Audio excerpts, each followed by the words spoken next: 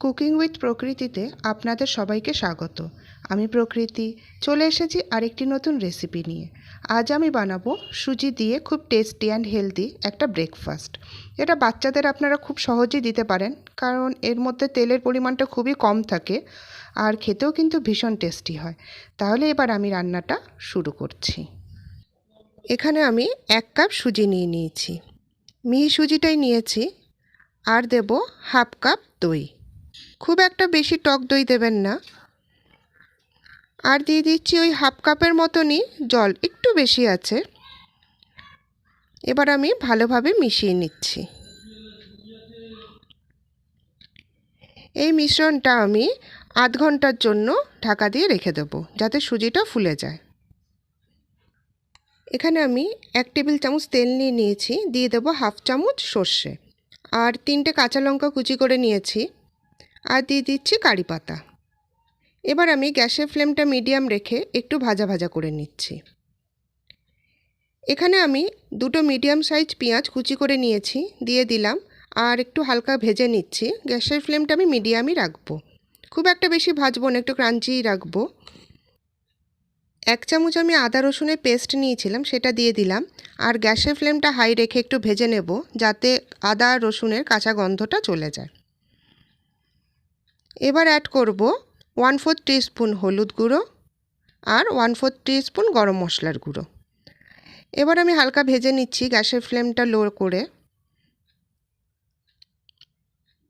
এখানে আমি 2টো আলু, বড় সাইজের আলু বয়েল করে নিয়েছি, আর একটু আমি মেখে নিয়েছিলাম, আর দিয়ে দিচ্ছি স্বাদ অনুসারে লবণ।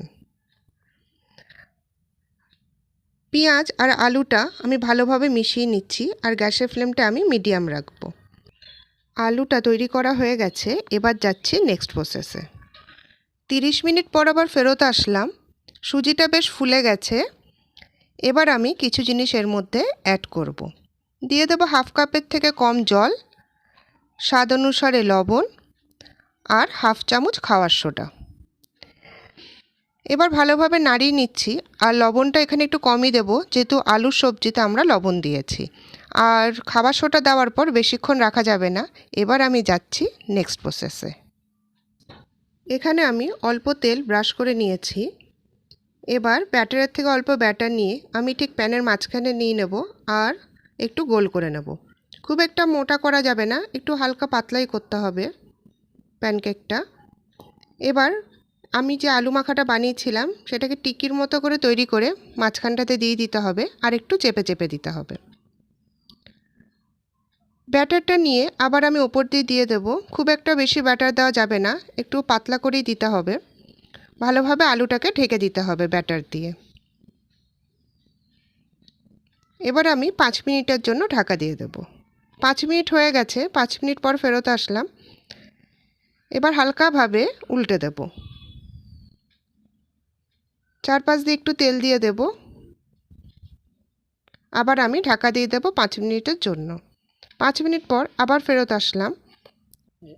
প্যানকেকটা হয়ে গেছে, এক সাইডটা তো আগেই হয়ে গেছিলো, উল্টো দিকটাও আমার হয়ে গেছে, আর দুদিকটা খুব সুন্দর কালার চলে এসেছে।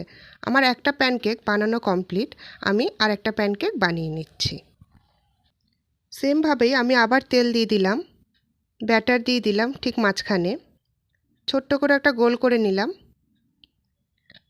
এবার আলুর টিকি বানিয়ে আমি মাঝখানে দিয়ে দেব, আর একটু চেপে চেপে দেব।